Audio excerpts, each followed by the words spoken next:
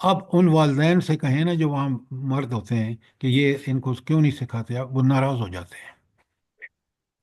تو بات یہ ہے کہ یہ تربیت آپ بچپن سے شروع کرتے ہیں، ماں پہلے بچے کو دیکھیں نا۔ پتہ نہیں آج ہمیں کیا ہو گیا ہے کہ ہم انگریزی اور انگلش میڈیم کی سوچیں غالب آ چکی ہیں، ورنہ سب سے پہلے اللہ کا نام سکھایا جاتا تھا بچے کو، اور بچہ ماں کو باپ کو نماز پڑھتے دیکھتا تھا، وہ بالکل اسی طرح کوشش کرتا تھا کہ میں اسی طرح کروں۔ لہذا آج بھی ہمیں اپنے بچوں کو، اللہ تعالیٰ کہتے ہیں سورہ تحریم میں، کو انفسکم و اہلیکم نارا۔ میں سمجھتا نہیں سکتا کہ یہ لوگ کیوں نہیں سمجھتے کہ یہ بچے جن کو ہم جہنم کا ایندھن کیوں بنا رہے ہیں، جبکہ اللہ کا حکم یہ ہے کہ خود بھی بچو اور اولادوں کو بھی بچاؤ۔ اور وہ آگ کس سے چلے گی؟ پتھروں سے اور انسانی جسموں سے جلے گی۔ اس کا مطلب ہے کہ اس کا ٹیمپریچر، دیکھیں نا، لکڑی کی آگ کا ٹیمپریچر کم ہوتا ہے، لیکن پتھر جب جلتے ہیں، جب جسم کی ہڈیاں جلتی ہیں تو وہ آگ انتہائی گرم ہوتی ہے۔ اس کا ٹیمپریچر اس آگ کی، لکڑی کی آگ سے یا گوبر کی آگ سے کہیں زیادہ ہوتا ہے۔ آج ہم دنیا میں ان بچوں کو اس طرح پالیں کہ کل خدا نہ خواستہ یہ جہنم کا ایندھن بنے۔ سوچیں ذرا، عقل سے کام لیں، شعور سے کام لیں، جو اللہ نے کی دین ہے انسانوں کے لیے۔ میں یہ سر پچھلی آیت سے ریلیٹ کر رہی تھی۔ مین چیز یہ ہے کہ لوگ سمجھنے کی توفیق ہی نہیں رکھتے ہیں، اور نہ ہی نہیں سمجھاتے توفیق ہیں۔ ایسی بات نہیں ہے۔ دیکھیں، توفیق اللہ نے دی ہے، وہ اس توفیق کو استعمال نہیں کرتے، استعمال نہیں کرتے ہیں، بالکل۔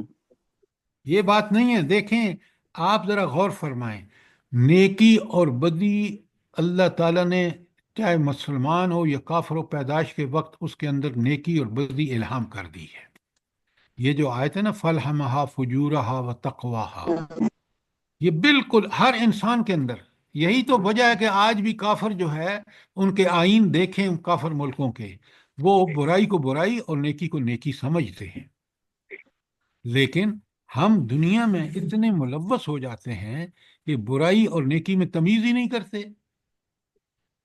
جب والدین نہیں کرتے تو ان کی اولاد جس گھر میں پلتی ہے وہ فطرت مسخ ہو جاتی ہے۔ تو دیکھا آپ نے کہ اللہ تعالیٰ نے کس طرح آیت 17 میں فَسُبْحَانَ اللہ، بس تسبیح کرو اللہ تعالیٰ کی، ہینا تمسون و ہینا تصبحون، صبح شام ہر وقت۔ پچھلی آیت میں کہا تھا کہ العذاب محضرون، اور اس سے فوراً بتایا کہ سے بچنے، جہنم سے بچنے کے لیے کیا کرنا ہے، فسبحان اللہ حین تمسون و حین تصبحون۔ بہت خوب، بالکل آپ نے ٹھیک کہا۔ لیکن یہ سبحان کا مطلب تو سمجھے نا، سبحان اللہ کیا مطلب ہے، اس کا مفہوم کیا ہے، پھر مزہ آتا ہے۔ اب چلتے ہیں آیت 18 میں۔ کوئی اگر سوال ہے تو ضرور پوچھیں۔ آیت 18 میں اللہ تعالیٰ فرماتے ہیں، سر جی جی اسی پر ہینا تم سونا ہینا تصبحون پر اس کو اس طرح سمجھا جا سکتا ہے جو اللہ نے فرمایا کہ یذکرون اللہ قیاما وقعودا وعلی جنوبہم۔ دیکھیں، وہ ایک بالکل یہی چیز ہے، لیکن ایک دوسرے پیرائے میں ہے۔ یہ ہے قرآن کے اسالیب، طریقے سمجھانے کے۔ یہاں اس تسبیح کے انداز میں بات سمجھائی، وہاں فرمایا کہ تم ہر حال میں اللہ کو لیٹے بیٹھے اٹھتے ہر طرح یاد کرو۔ تو یہ سارے وہ طریقے ہیں، وہ اسالیب ہیں قرآن کے، جس سے اللہ تعالیٰ نے ہمارے ذہن کو پختہ کرنے کے لیے کبھی بات ایک انداز میں فرمائی، کبھی دوسرے انداز میں فرمائی۔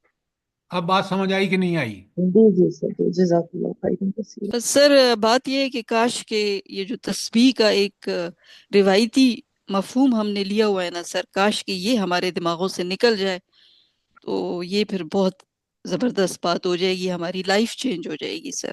ڈاکٹر صاحب آپ بالکل ٹھیک کہہ رہے ہیں۔ یہ تسبیح کا جب تک صحیح تصور نہیں ہوگا، اب آپ دیکھیں، آپ مردوں کو دیکھیں، عورتوں کو دیکھیں، تسبیح لمبی لمبی ہاتھ میں اٹھائے ہوئے بازار میں گھوم رہے ہیں، اور وہ تسبیح دیکھیں، یہ ہے وہ روایتی تسبیح، یہ ہے وہ زندگی پر اس کا اثر۔ اور جو مومن ہے وہ اس کی پردہ، اس کا لباس، اس کی ہر بات اللہ کی تائید اور نصرت کے سے جب ٹھیک ہوتی ہے تو وہ ہر حال میں اپنے اللہ کی تسبیح کر رہا ہوتا ہے۔ جزاک اللہ۔ تو بھی اسمبلیوں میں بھی تسبیحاں اٹھائی ہوئی ہوتی ہیں۔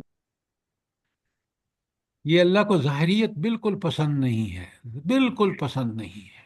اللہ تو دل کے حالوں کو جانتا ہے، اور جس کے دل اللہ سے جڑا ہوا ہے وہ ان ساری چیزوں میں بلیو ہی نہیں کرتا۔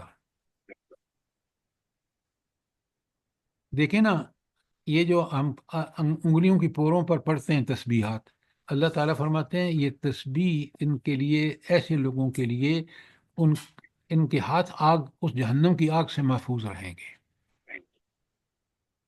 اللہ تعالیٰ ہمیں ان ساری قرآن کی صحیح اصطلاحات کو سمجھنے کی توفیق عطا فرمائے۔ آمین ثم آمین۔ اب آ جائیے آیت 18 پر۔ اللہ تعالیٰ فرماتے ہیں وَلَهُ الْحَمْدُ فِي السَّمَاوَاتِ وَالْأَرْضِ، اسی کے لیے تعریف ہے زمین اور آسمان میں، اسی کے لیے شکر ہے۔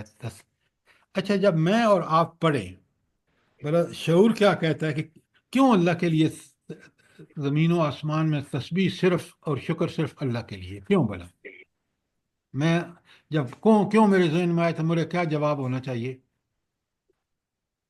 سر یہ اور کوئی نعوذ باللہ بنا ہی نہیں سکتا، کچھ کر ہی نہیں کیونکہ وہ سکتا۔ وحدہ لا شریک ہے۔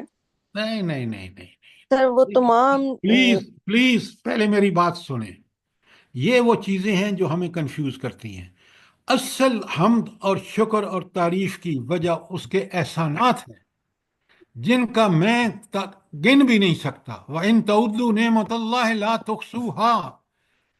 میں اس لیے اس کا شکر ادا کرتا ہوں، اس لیے اس کی تعریف کرتا ہوں کہ میری ذات پر اس کے احسانات کا انگنت ہے۔ وہ آپ کی بات اپنی جگہ کہ وہ لا شریک ہے، فلان ہے فلان ہے، نہیں، میری ذات پر کون سے چیزیں ہیں جو مجھے شکر اور اس کی تعریف میرے لیے لازم ہے، واجب ہے۔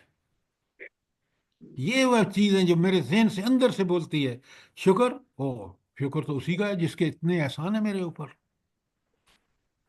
وہ ساری باتیں ٹھیک ہیں، وہ وحدہ اللہ شریک ہے اور اس کی طاقت وہ العزیز ہے، لیکن میری ذات اور یہ ہے ربوبیت۔ یہ کیا ہے؟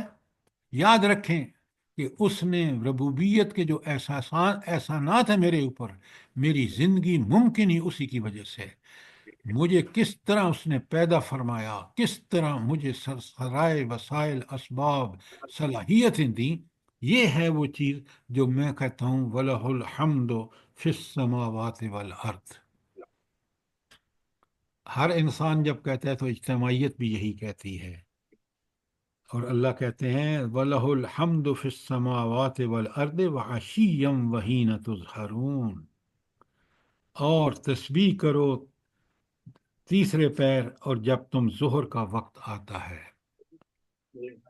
تو آپ دیکھ رہے ہیں کہ کوئی وقت ہو آپ کو تسبیح لازم ہے، کیونکہ اس ہستی کے کارنامے، ہمیں قرآن ہو، قرآن کی آیات ہوں، آیات انفس ہوں، خود میری ذات کے اندر نشانیاں موجود ہیں، کائنات بھری پڑی ہے نشانیوں سے۔ یہ وہ چیزیں ہیں جب ان پر جتنا غور کرتا ہے آدمی، اتنا ہی اپنے رب کے سامنے جھکتا چلا جاتا ہے۔ یہ تو کمالات ہیں، پوری کائنات اسی کے احسان سے چل رہی ہے، اسی کے تدبیر سے چل رہی ہے، تو اسی کے لیے مجھے آیت 17 میں کہا ہینا تمسون و ہینا تصبحون، اور آیت 18 میں کہا عشیم و ہینا تظہرون۔ اب اس سے نمازوں کے اوقات بھی نکلتے ہیں، اور عام تسبیح کے لیے بھی اللہ تعالیٰ کی حکمتیں اور قدرتیں ہمارے سامنے کھل کے آ جاتی ہیں۔ کیوں؟ میں خود اور آپ دیکھ رہے ہیں، سمجھ رہے ہیں، شعور سے ہیں کہ یہ ہماری زندگی جو اس میں آسائشیں ہیں وہ شکر کرنے کے لیے ہیں، اس کی تعریف کے لیے ہیں، اور جو ہمیں مشکلات ہیں اس پہ صبر کر کے ہم اسی کی اعانت اور استعانت کا جو ہے وہ مانگتے ہیں، اور ہم شکر کرتے ہیں کہ اس نے ان مشکلات کے ذریعے ہماری صبر کی تربیت کی، اور ان احسانات کی وجہ سے اس نے ہماری شکر کی تربیت کی۔ سر جی کسی کا مائک کھلا ہے، بند کرا دیں۔ ایک منٹ میں ابھی کراتا ہوں، پلیز ذرا اپنے مائک بند کیجئے۔ اب آ جائیے آیت 19 میں۔ یہاں آپ دیکھیں ان پوری آیات جو ہم پڑھتے آ رہے ہیں نا، اللہ کے احسانات کا ذکر ہے۔ یخرج الحی من المیت، اللہ اکبر، یہ کمال دیکھیں، وہ زندہ کو مردے سے نکالتا ہے۔ انڈے سے کیا نکلتا ہے؟ بچہ۔ زندہ، جی بچہ۔ اور انسان کی پیدائش جس پانی سے ہوتی ہے وہ مردہ ہوتی ہے، اور ایک انسان جن تمام صلاحیتوں کے ساتھ، رب جب کہتا ہے نا سورہ 3 میں اِنَّا خَلَقْنَا الْإِنسَانَ فِي أَحْسَنِ تَقْوِيمٍ، اللہ اکبر، اللہ، کبھی سوچیں تو صحیح، میں نہیں تھا، میرے رب نے مجھے کس چیز سے پیدا فرمایا اور پھر مجھے کیا صلاحیتیں دے دی، سبحان اللہ۔ اسی پہ غور فکر کرے آدمی تو رب کے شکر کی کوئی انتہا نہیں ہے۔ سر جی یہ جو ابھی اوپر آیت ہم نے پڑھی ہے جس میں آپ نے سمجھایا کہ میں کس طرح شکر ادا کروں، تو یہ اسی کی تفسیر آ رہی ہے تقریباً؟ بالکل بالکل، یہ ساری، یہ بار بار، تاکہ یہ میرے اور آپ کے ذہن نشین ہو جائے نا، اگر سمجھ آ جائیں، آپ یقین مانیں انسان برائی کا تصور بھی نہیں کر سکتا، پھر اس رب کی ان عظمتوں کی وجہ سے اسی کی اطاعت اور اسی کی اتباع میں لگا رہے گا، اسی میں اس کو مزہ آئے گا، اسی میں اس کو سکون آئے گا، جیسے آپ خود آزمائش کرتے ہیں یا نہیں کرتے، بتائیں مجھے۔ بالکل بالکل بالکل۔ تو وہ کون ہستی ہے؟ یخرج الحی من المیت، سبحان اللہ سبحان اللہ۔ سبحان اللہ، کبھی سوچا تو کریں۔ پھر فرمایا وہ یخرج المیت من الحی، اور مردے کو، زندہ سے مردے کو نکال لیتا ہے۔ موتیں آپ سب دیکھ رہے ہیں۔ اور پھر فرمایا، ذرا غور کریں، 3 باتیں بتائیں، مردے کو زندہ سے، زندہ کو مردے سے، وَيُحْيِي الْأَرْضَ بَعْدَ مَوْتِهَا، روز ہم دیکھتے ہیں کہ زمین بالکل خزاں میں مردہ ہو جاتی ہے اور بہار میں کیسی فصلیں لہلہا اٹھتی ہیں۔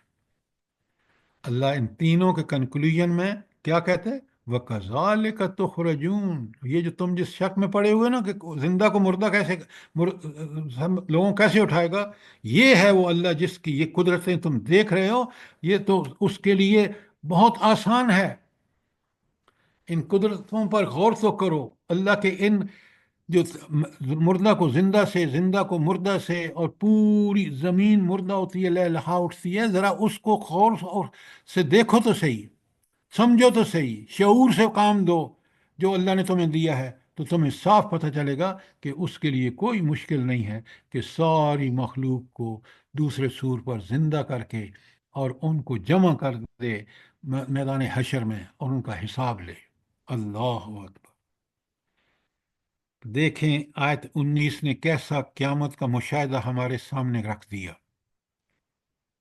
اور وہ بھی روزمرہ کے واقعات سے۔ اچھا، یہ تو تھا نا مشاہدات جو آپ کو مردہ کو زندہ سے، زندہ کو مردہ سے، زمین کو بالکل زندہ کر دیا، اور بالکل اسی طرح پھر فرمایا کہ اس سے کنکلوژن یہ ہے کہ مردے کو بھی بالکل وہ زندہ کر سکتا ہے، کرے گا، کیونکہ اس کے ساتھ پاس قدرتیں ہیں۔ پھر فرمایا آیت 20 کو دیکھیں، اللہ تعالیٰ فرماتے ہیں وَمِنْ آیَاتِهِ، یہ اسی کی نشانیوں میں سے ہے، کیا؟ خَلَقَكُم مِّن تُرَابٍ، اللہ اکبر، تمہیں مٹی سے پیدا کیا۔ جب آپ کے ذہن میں یہ آئے، آیت پڑھیں آپ، خَلَقَكُم مِّن تُرَابٍ، تو کیا ہونا چاہیے میرے خیال میں؟ مجھے کیا سمجھ آنی چاہیے جو اللہ نے مجھے طاقت دی ہے سوچنے، سمجھنے، غور و فکر کرنے کی، تو اس کے نتیجے میں مجھے اس آیت سے کیا، خلق من تراب سے کیا مطلب لینا چاہیے؟ جلدی بتائیں۔ شکر ادا کرنا چاہیے کہ اس دیکھیں میں کس بات کا دیکھیں شکر، کس بات کا شکر؟ یعنی کہ میری ہم کوئی مٹی سے حیثیت پیدا نہیں کیا پیدا ہے، ہوتی ہے حیثیت تو ہم جی یہ جی وہی بالکل، چیزیں ہم کھاتے ایک ہیں، مٹی نطفے سے سے چیزیں پیدا پیدا کیا ہے۔ ہوتی آپ وہ بڑے سر کھاتے غور ہیں نبی پھر نے اس جو کو چند آپ پیٹ بڑے میں غور عناصر سے ڈال پڑھے ہیں ابھی اسی سے تک انسان آپ کو پڑھنا. پلیز ابھی تک آپ جنرلٹیز میں لگے ہوئے ہیں. Be specific. بالکل صحیح. پہلے انسان کو مٹی سے بنایا، پھر اس کی نسل خود قرآن بتاتا ہے، پھر اللہ تعالیٰ نے اس کی نسل چلانے کے لیے مٹی سے وہ غذائیں پیدا کیں جس سے وہ بنتا ہے پانی نطفہ، جس سے وہ پھر ماں اور باپ ملتے ہیں، اور وہ اس غذا کا نتیجہ ہے جو زمین سے پیدا ہوتی ہے. یہ ہے خلقکم من تراب کا مطلب. پتہ نہیں آپ ادھر ادھر کی باتیں کیوں کر رہے ہیں. بات سمجھ آئی ہے کہ نہیں آئی؟ جی سر. الحمدللہ. اللہ فرماتے ہیں، یہ اوپر جو آیت 19 میں فرمایا نا کہ مردہ زندہ سے، زندہ مردہ سے، اور زمین، یہ ساری وہ تو کائنات میں خود اپنی ذات میں دیکھو. وہ من آیات ہی، اس کی نشانیوں میں سے یہ ہے خلقکم من تراب، تمہیں مٹی سے پیدا کیا. پہلے انسان کو اللہ نے خود مٹی سے بنایا، پھر اس کی نسل چلانے کے لیے اس مادہ منویہ کو جو انسان اور میاں اور بیوی کا ملتا ہے، وہ اس کی ساری آبیاری، ساری غذا اس کو اس زمین سے، مٹی سے ملتی ہے، پیداوار سے جو کھاتا ہے انسان. کیا بات ہے! اور پھر اللہ تعالیٰ فرماتے ہیں صرف یہی نہیں، ثم اذا انتم بشرم تنتشرون، پھر یکا یک تم بشر، انسان بن جاتے ہو، زمین میں پھیلتے چلے جاتے ہو. کبھی آپ نے سوچا ہے آپ کے کتنے رشتہ دار یورپ، امریکہ میں کہاں کہاں چلے گئے، اور آپ جو ملک کا حالات ہیں آپ دیکھیں لوگ کس طرح چھوڑ چھوڑ کے بھاگ رہے ہیں. یہ سارا غذا، ساری انسان کے لیے ضروریات کا بندوبست یہاں وہاں دوسرے ملکوں میں، اس ملک میں کس نے کیا ہے؟ کون ہے ہستی؟ سوچیں.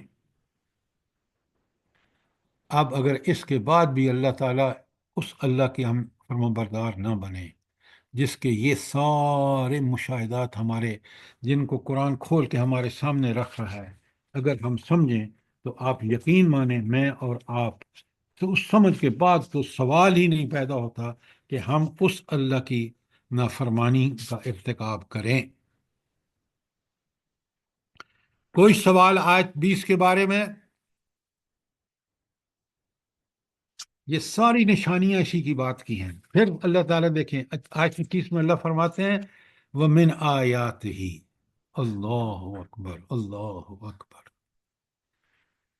اسی کی نشانیوں میں سے ہے، کیا ہے؟ ان خلق لکم من انفسکم ازواجا، وہ تمہارے نفوس سے ہی تمہاری بیویاں پیدا کی. اللہ اکبر. کس لیے؟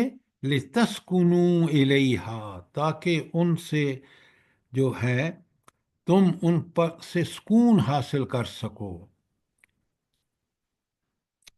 اور پھر فرمایا وَجَعَلَ بَيْنَكُمْ مَوَدَّةً وَرَحْمَةً، اور پھر کمال ہے رب نے کس طرح میاں اور بیوی کے درمیان اللہ نے محبت اور رحمت جو ہے وہ دونوں میں رکھ دی، میاں کی بیوی کے لیے اور بیوی کی میاں کے لیے. اگر یہ اللہ سبحان کے اللہ لیے، سر، سبحان اللہ. اگر یہ اللہ کے بہت لیے پیاری تو پھر آیات ہے. آپ انجوائے کرتے ہیں. یقین مانیں. آپ اندازہ کریں، میں حیران پریشان ہوتا ہوں. میں نے پہلی شادی کراچی میں کی، اور وہ یہاں پنڈی کے رہنے والے تھے. اللہ تعالیٰ نے وہ اتنی نیک خاتون تھی، اللہ اس کو غریق رحمت کرے، اس کا انتقال ہو گیا. جب آمین. اس سے اولاد نہیں ہوئی تو دوسری شادی میں نے پٹھانوں میں سے کی.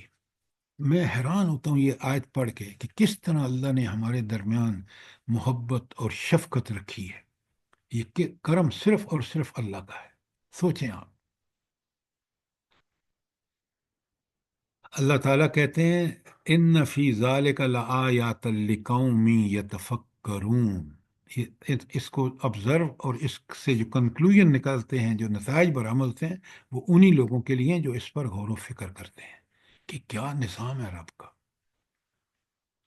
میں نے آپ کو ذاتی مثال اس لیے دی ہے کہ یہ قوم یتفکرون جب ہم غور و فکر کرتے ہیں تو یہ چیزیں ازر من شمس بالکل عیاں ہو جاتی ہیں، کھل کے سامنے آ جاتی ہیں۔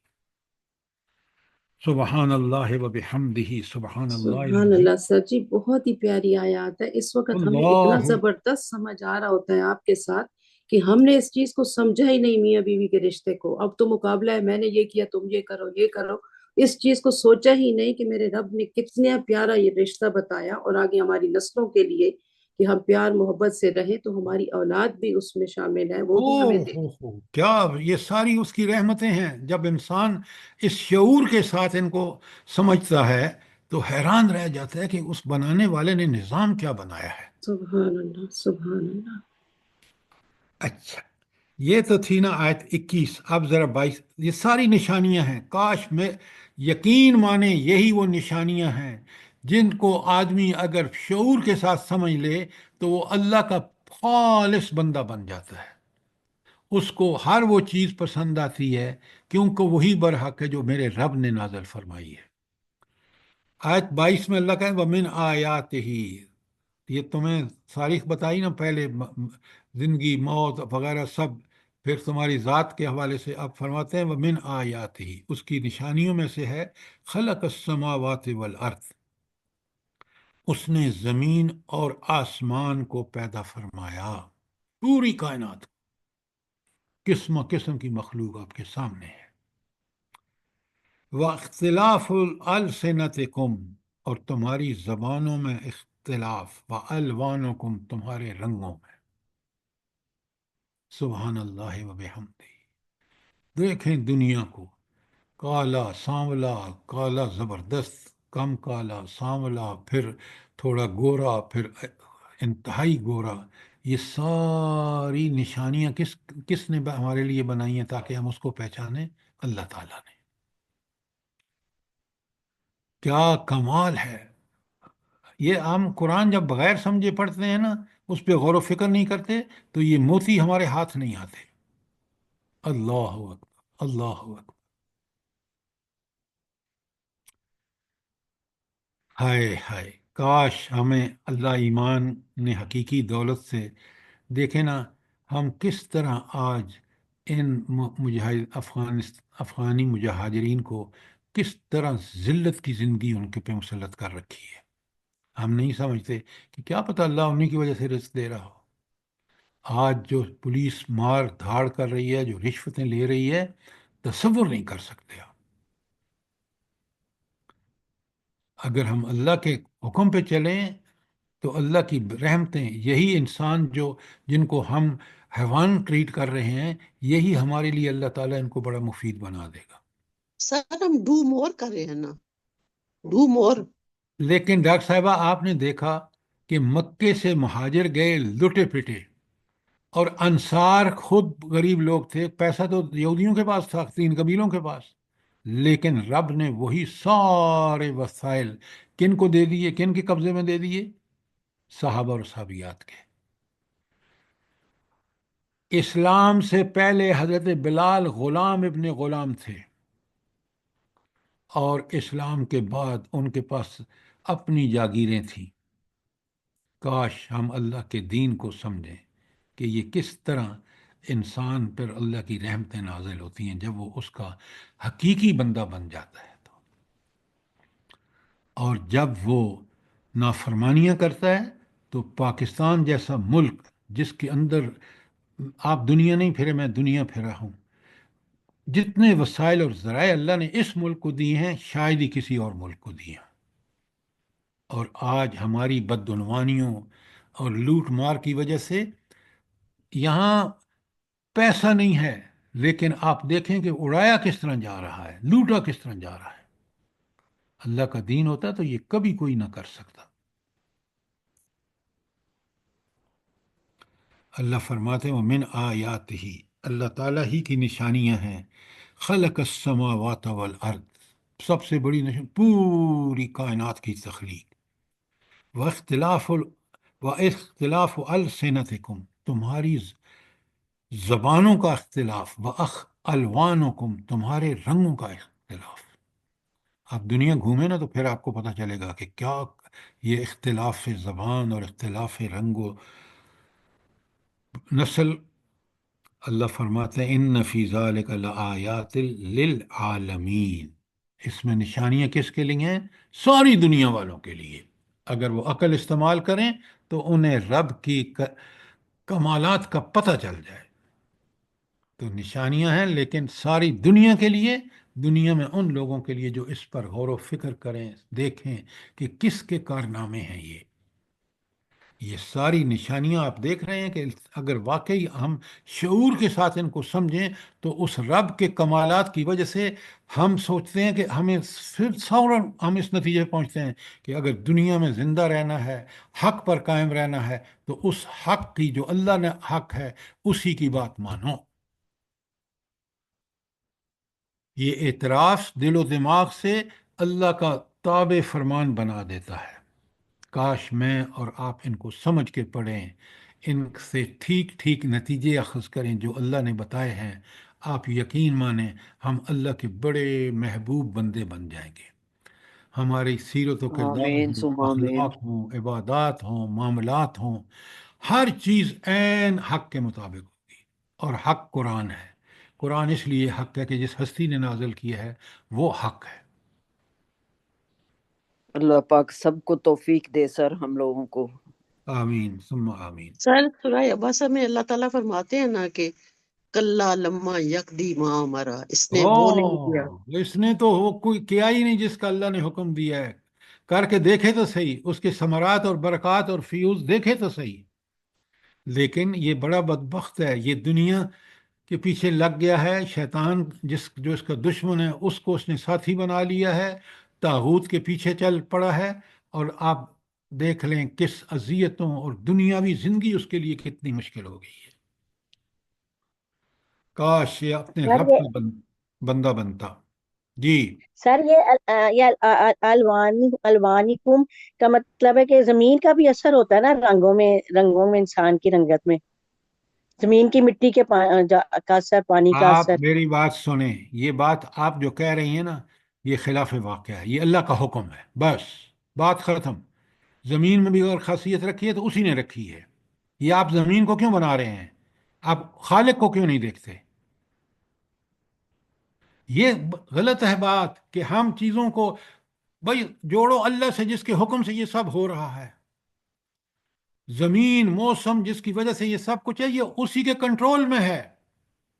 آپ کیوں ان چیزوں کو دوسری طرف منتقل کرتے ہیں؟ بات سمجھ آئی ہے کہ نہیں آئی؟ جی سر جزاک اللہ سر۔ تو آج آیت 22 پہ رک جاتے ہیں۔ سر ہم نے پہاڑوں کو دیکھا، اتنا اونچے اونچے پہاڑ اور پتھروں سے پانی بہ رہے تھے، بس بار بار ہم اللہ اللہ کی اکبر، تعریف کر رہے اللہ تھے۔ وہ اکبر، یہ عید اسی کے کے دوسرے کمالات دن ہیں۔ ہم گئے تھے اگر آپ تو کو یہ اتنے سب کچھ اونچے دیکھ پہاڑ، کے اس کی قدرتوں کا اتنا احساس نہیں ہوتا تو بہت پھر اونچے پہاڑ تھے۔ اور اللہ بعض پہاڑوں میں وہ نہیں چھوٹے چھوٹے پتھر، اس میں بڑے پتھر لٹک رہے تھے۔ تو قرآن میں بھی اللہ نے کہا کہ ایسے پتھر ہے کہ لٹک رہے ہیں، تو میرے دماغ سے وہ نہیں نکلتے۔ کتنے عید کی دوسری دن ہم گئے تھے وہاں یہ وہ پہاڑوں چیزیں میں ہیں جو جنگل مومن جنگل کے دیکھتا ہے، جو آپ نے دیکھی ہیں نا۔ مومن ان کو دیکھ کے اللہ کا تابع فرمان اور زیادہ بہت، ہوتا چلا جاتا اور زمین سے چشمے، وہ نہیں پتھروں سے چشمے ابل رہے تھے۔ اتنی ہے۔ اللہ تعریف میں اکبر، اللہ کی، اتنی یہ میں کس رو یہ رہی تھی، میں بول یہ رہی کس بے تھی یہ شک، کس کا کمال ہے؟ سبحان اللہ، اس اللہ رب کا، کا، اس رب اللہ کا، نے اللہ سبحان اکبر، اللہ۔ اللہ اکبر۔ اور یہ آیتیں پڑھ کے سر میرے تو ہاتھ پاؤں ٹھنڈے یخ ہو گئے کہ میرے رب کی کیا تعریف ہے، کیسے رب بیان اللہ کر رہے ہیں۔ اور ہم اللہ لوگ ہیں کہ اکبر، ہمیں اللہ اکبر۔ رنگتوں کا بھی بتا دیا، زبانوں کا بھی بتا دیا، میاں بس بیوی اللہ کا کی بتا ہر دیا، چیز میں اللہ نظر رات آتا ہے، کی اللہ نیند کی کا بتا تعریف دیا۔ کرنی ہم ہیں کہ چاہیے۔ غافل ہیں، ہمیں کچھ نہیں سمجھ ہاں، آتے، دنیا میں پھنسے ہوئے ہیں۔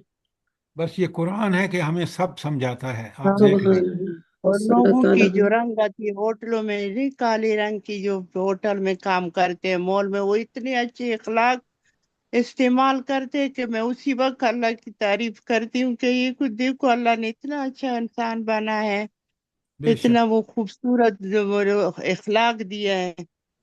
تو میرا بیٹا کہتے ہے کہ یہ ہمارے پاکستانیوں کے اخلاق اچھے نہیں ہے، یہاں تو سب کے اخلاق اچھے ہیں۔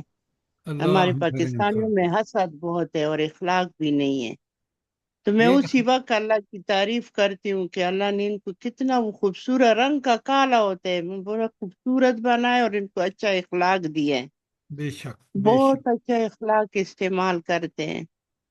بے شک ہاں بے شک ہر چیز میں اللہ نظر آتا ہے. اللہ کی تعریف ہر چیز میں.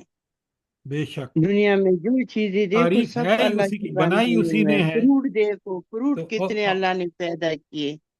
اور بالکل پھول سر، اور یہ بالکل بالکل. وہ زکوٰۃ تخرج کا الحی من المیت، اور وہ جو ہے گٹھلی کو پھاڑ کے دانہ نکالنا. تو وہ میری گاؤں والی اس دن مٹر چھیل رہی تھی تو میں نے کہا یہ دیکھو یہ ہے فالق حب والنوا، میرا رب کیسے. بالکل یہ مومن کا اپروچ ہونی چاہیے کہ جو کام کر رہا ہے نا اس کام میں دیکھے کہ رب کی حکمتیں کتنی ہیں. سبحان اللہ. اس فروٹ کو میں نے دیکھے کہا ان یہ کے مٹر کی پھلی کو دیکھے دیکھو کہ رب نے ان کے کیسے ایک کور دانے سے دیکھے پوری پھلی بنا دی، کتنے دانے بنا دیے. سبحان درخت کتنے خوبصورت پودوں کی اور سبحان پھول اللہ کتنے سبحان اللہ. خوبصورت رنگ برنگ. انسان حیران رہ جاتے اسی وقت. دنیا میں انسان ہر کی وقت ہر پسندیدہ ہر چیز وقت کو تعریف اس نے کرنی چاہیے اللہ خوبصورت کی. سے خوبصورت بنا دیا. اور خوبصورت سے آخرت سوچیں خوبصورت. جنت کتنی زبردست ہوگی. اللہ ہم ہاں سب یہی کو میں اس کا ہر وقت مستحق یہی کر دے. سوچتی ہوں کہ اللہ اپنی آمین ثم اس آمین. دنیا میں کتنی خوبصورتی چیزیں بنائی ہے. جنت میں کیسے کتنے خوبصورت ہوں گے.